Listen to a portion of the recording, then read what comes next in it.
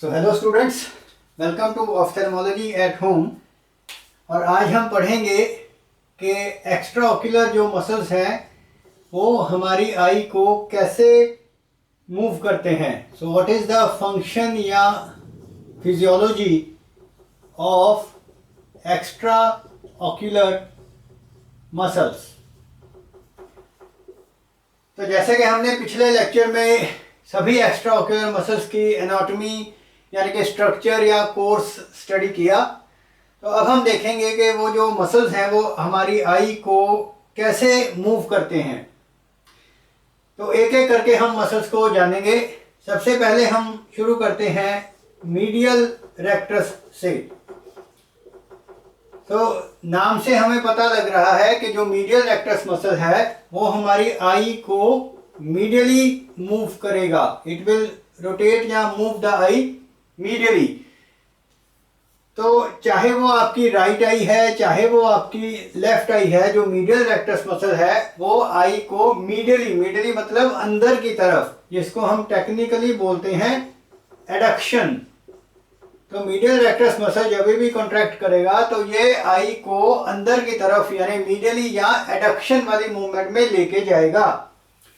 अब ये जो मसल है इसका इसके एक्सिस ऑफ रोटेशन से कोई भी एंगल नहीं है। So there is no angle of medial rectus with its axis of rotation. Although जो रोटेशन है वो 90 डिग्री एंगल पे सभी की होती है, बट एनाटॉमिकली इसका जो एंगल है वो नहीं होता। सो इसलिए जो मीडियल रेक्टस मसल है it only has a primary action, यानी कि मीडियल रेक्टस मसल का सिर्फ और सिर्फ प्राइमरी एक्शन है और वो एक्शन है एडक्शन ऑफ आई।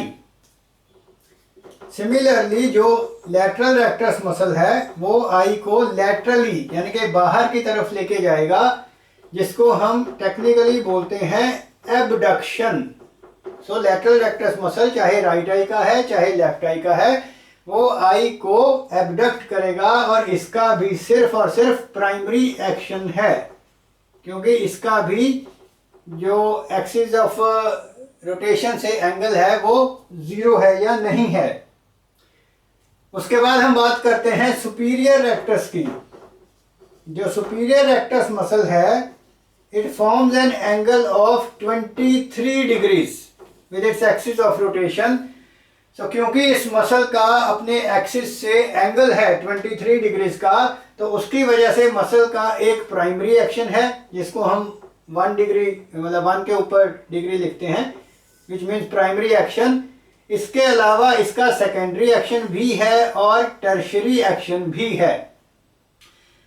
तो अब इस मसल के एक्शंस क्या हैं उसको हम एक बार तो याद ही करेंगे। तो जो सुपीरियर रेक्टस मसल है उसका मेन या प्राइमरी एक्शन है आई बॉल को ऊपर को लेके जाना, यानी कि सिंपल भाषा में एलिवेट करना, एलिवेशन। एलिवेशन को हम अपवर्ड मूवमेंट या सरसमडक्शन भी बोलते हैं। Sursum SURSUM sursumduction. So primary action of superior rectus is elevation या अपवर्ड मूवमेंट या सरसमडक्शन। सेकेंडरी एक्शन है इसका इनटॉर्शन और टर्शरी एक्शन है इसका एडक्शन। तो एक बार तो हम ऐसे ही याद करेंगे। ये जो टॉर्शन मूवमेंट है ये हम कॉर्निया के सुपीरियर या ऊपर वाले लिम्बस से डिफाइन करते हैं। तो अगर आपका सुपीरियर लिम्बस अंदर को रोटेट हो रहा है दैट इज कॉल्ड इनटॉर्शन, और अगर सुपीरियर लिम्बस बाहर को ऐसे मूव करता है दैट इज एक्सटॉर्शन। तो सिमिलरली जो आपका इंफीरियर रेक्टस है उसका भी सेम सुपीरियर रेक्टस की तरह 23 डिग्रीज का एंगल है। तो उसका भी प्राइमरी, सेकेंडरी और टर्शरी एक्शंस हैं, जिसमें प्राइमरी एक्शन है इंफीरियर रेक्टस का डिप्रेशन। क्या है? डिप्रेशन, या जिसको बोलते हैं डियोर्समडक्शन। आप जस्ट इसको एक बार सुन सकते हो, डियोर्समडक्शन। सेकेंडरी एक्शन है उसका एक्सटॉर्शन और टर्शरी एक्शन उसका सेम है दैट इज एडक्शन। इसके बाद हम बात करते हैं ऑब्लिक मसल्स की। जिसमें आपका जो सुपीरियर ऑब्लिक है, तो सुपीरियर ऑब्लिक जो है उसका जो एंगल है with its axis of rotation वो रेक्टस से भी ज़्यादा है। सो सुपीरियर ऑब्लिक का एंगल जो है, सुपीरियर ऑब्लिक का एंगल जो है वो है 54 डिग्रीज और इंफीरियर ऑब्लिक का एंगल जो है वो है अराउंड 51 डिग्रीज। तो इतना ज़्यादा एंगल होने की वजह से ये जो ऑब्लिक मसल्स हैं ये मेनली साइक्लो मूवमेंट्स करते हैं। सो देयरफॉर इनका भी प्राइमरी एक्शन, सेकेंडरी एक्शन और टर्शियरी एक्शन होगा। तो यहाँ पे आप एक निमोनिक याद कर सकते हो, वो है SIN, सिन। तो सिन का मतलब है कि जो सुपीरियर मसल्स हैं वो है इंटॉर्टर्स। सो देयरफॉर सुपीरियर रेक्टस भी इंटॉर्शन करता है और सुपीरियर ऑब्लिक तो करता ही है। सो सुपीरियर ऑब्लिक का मेन या प्राइमरी एक्शन है इंटॉर्शन, पर सेकेंडरी एक्शन है आई को नीचे लेके जाना यानी डिप्रेशन, और टर्शियरी एक्शन है बाहर को लेके जाना यानी कि एबडक्शन। और इंफीरियर ऑब्लिक का हो गया एक्सटॉर्शन, एलिवेशन और same abduction, right. Extortion, elevation और एबडक्शन। तो एक बार तो हम ये मसल्स के एक्शन को ऐसे ही याद करेंगे। अब इसके बाद कुछ टर्म्स हम यूज करते हैं आई की मूवमेंट्स को लेके। तो एक आंख की, सिंगल आई की जो मूवमेंट्स है, मान लो राइट आई की या लेफ्ट आई की, so the movements of single eye, एक आंख की अगर हम मूवमेंट्स को स्टडी करते हैं तो उन मूवमेंट्स को बोलते हैं डक्शंस, डक्शंस। और जब हम दोनों आंखों की मूवमेंट्स को देखते हैं, जब हम दोनों आंखों की मूवमेंट्स को देखते हैं, ऑब्वियसली हम उसी में ज़्यादा इंटरेस्टेड हैं, पर फिर भी तो उनको हम बोलते हैं वर्जन्स, वर्जन्स। और अगर दोनों आंखों की मूवमेंट ऑपोजिट डायरेक्शन में है तो उसको बोलते हैं वर्जेंस, वर्जेंस। तो दोनों आंखें अंदर को आ रही हैं वो हो गई आपकी कन्वर्जेंस, दोनों आंखें बाहर को जा रही हैं वो हो गई डाइवर्जेंस, और सेम डायरेक्शन में दोनों आंखों की मूवमेंट है वो है वर्जन। और एक आंख की अगर मूवमेंट स्टडी कर रहे हैं उनको बोलते हैं डक्शंस। सो देयरफॉर मीडियली जाएगी आंख तो एडक्शन, बाहर को लैटरली जाएगी तो एबडक्शन, ऊपर को जाएगी तो सरसमडक्शन या सिंपल भाषा में बोले तो एलिवेशन, नीचे को जाएगी तो डियोर्समडक्शन या सिंपल भाषा में डिप्रेशन, अंदर को तो इनसाइक्लोडक्शन और बाहर को रोटेट करेगी तो एक्ससाइक्लोडक्शन, राइट। और जब हम ये आई की मूवमेंट स्टडी करेंगे, क्योंकि प्रैक्टिकली हमने स्क्विंट इवेल्युएट करना है, तो उसके लिए आई की मूवमेंट्स का हमें अच्छे से पता होना चाहिए। तो दो लॉज को भी हम इसमें स्टडी करते हैं। फॉर एग्जांपल अगर हम राइट आई की बात करें, राइट आई की बात करें, तो अगर हम ये स्टडी कर रहे हैं कि हमारी राइट आई से हमने बाहर को देखा यानी राइट साइड पे देखा विद द राइट आई, तो राइट आई से राइट साइड पे देखने के लिए राइट आई का ये जो बाहर वाला मसल है यानी कि लैटरल रेक्टस ये कॉन्ट्रैक्ट करेगा, राइट।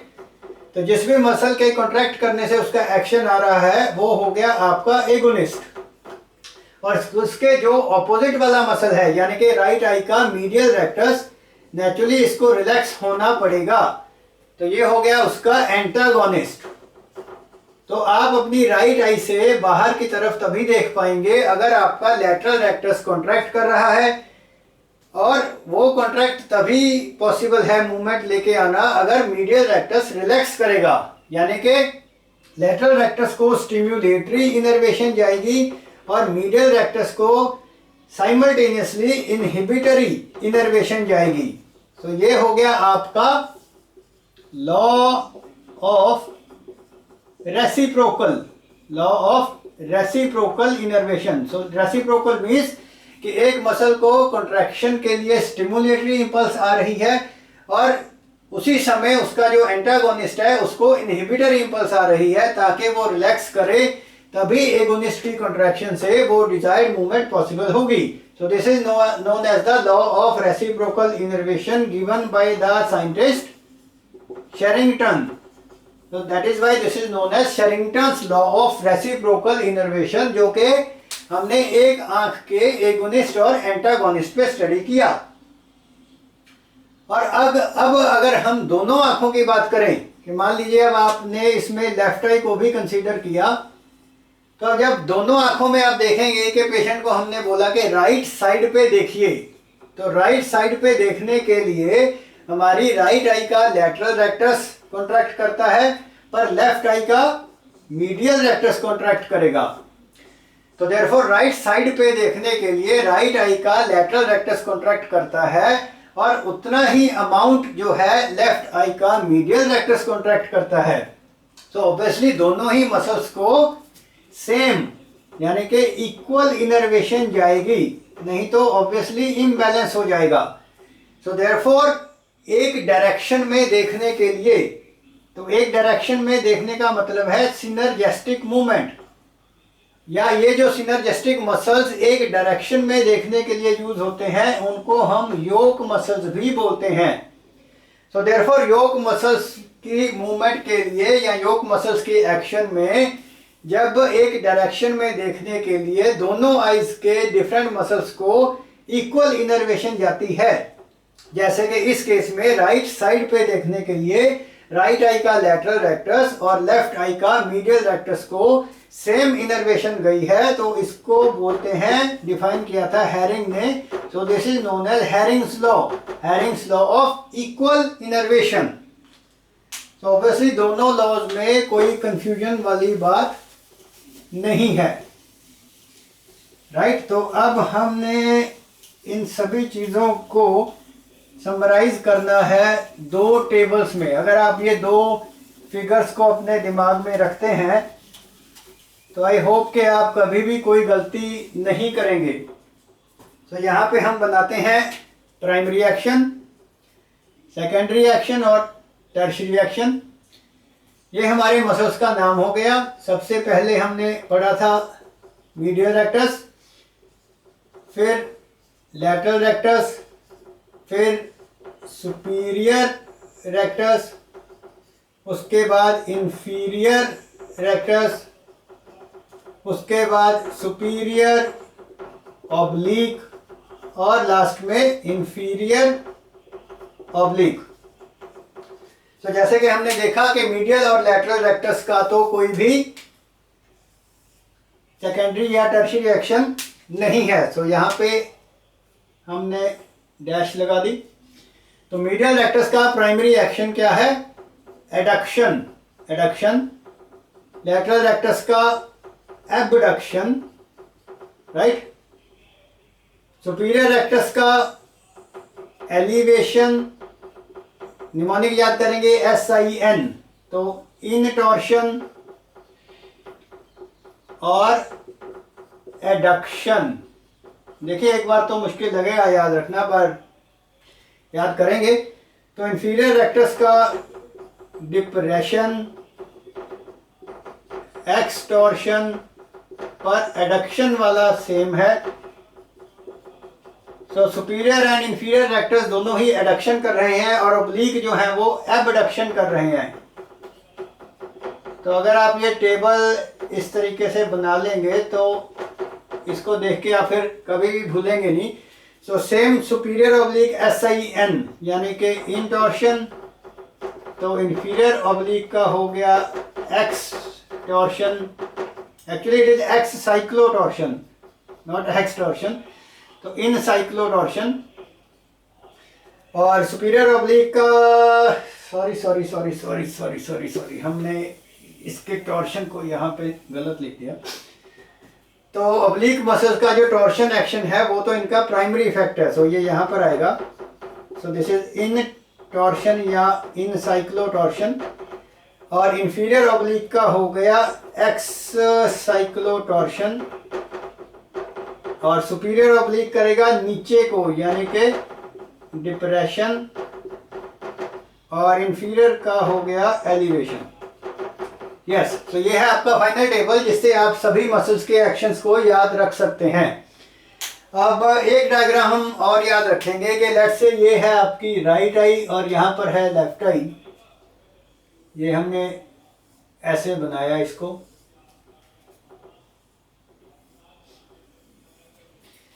तो यहाँ से हम इसको ऐसे ड्रॉ करेंगे।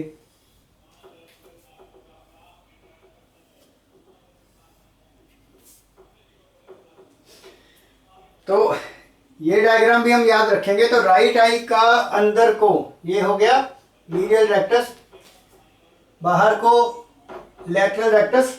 एक टर्म हम और याद रखेंगे, वो है राइट आई का, देखिए ऊपर को और बाहर को, यानी कि अप एंड आउट। तो अप एंड आउट है आपका superior rectus, up and out है superior rectus. Down and out है आपका इंफीरियर रेक्टस। ऑब्लिक के केस में ऑपोजिट है, अप और इन, अप और इन है आपका इंफीरियर ऑब्लिक, डाउन और इन है आपका सुपीरियर ऑब्लिक, राइट। तो सिमिलरली लेफ्ट आई के केस में अंदर की तरफ मीडियल रेक्टस, बाहर को lateral rectus, up and out, up and out ये हो गया superior rectus, up down and out inferior rectus, up and in यहाँ पे inferior oblique, down and in superior oblique. Yes, तो इस डायग्राम से आप सभी मसल्स के एक्शन या मूवमेंट्स को बड़े आराम से समझ सकते हैं। लेट्स से कि पेशेंट यहाँ पर बैठा है, राइट आई और लेफ्ट आई, तो ये है उसकी प्राइमरी गेज, यानी कि पेशेंट बिल्कुल सीधा देख रहा है। फिर हम उसको बोलेंगे इधर को, लेट्स से लेफ्ट साइड पे देखिए। तो लेफ्ट साइड पे देखने में पेशेंट की लेफ्ट आई का लैटरल रेक्टस और राइट आई का मीडियल रेक्टस कॉन्ट्रैक्ट कर रहा है। तो ये हमने मूवमेंट चेक की लेफ्ट डायरेक्शन में।